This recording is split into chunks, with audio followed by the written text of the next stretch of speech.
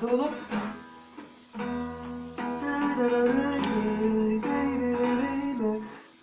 Hadi devam et. Evet çok güzel. Evet. Geliyor mu? Hadi oğlum. Elleri kaldır.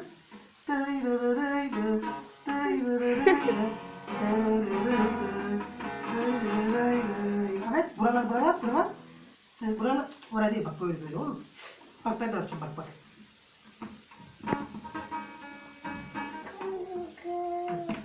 Aa düştü. Dur. Burada bak. Hadi. Bir daha güzel yapacağız bu sefer. Tamam hadi.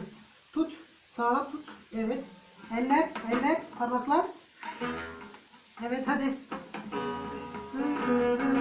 Parmaklar oyna. Buradaki parmaklar oyna.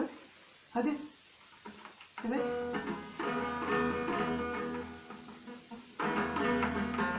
Evet.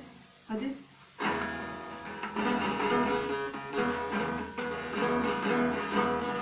Evet.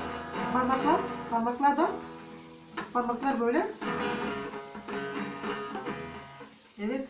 Hayır. Elinle değil.